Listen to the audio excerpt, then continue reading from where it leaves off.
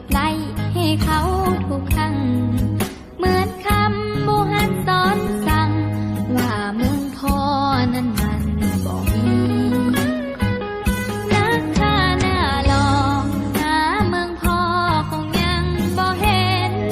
เพราะขาดตะกอนเลือดเย็นน้องเจ็บเส้นน้ำละลายทีสะใจบ่อายเฮ็ดคืองูกินไข่แล้วนี้พอแล้วกับคนแบบนี้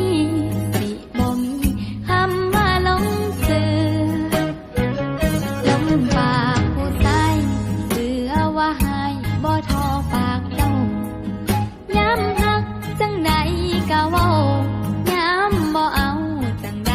ก็เบื่อปากหวานใจคมหวานคาลมนั่นเป็นยาเบื่อหากแม่นผู้ใดหลงเสืออาจสิบ่เหลือหัวใจ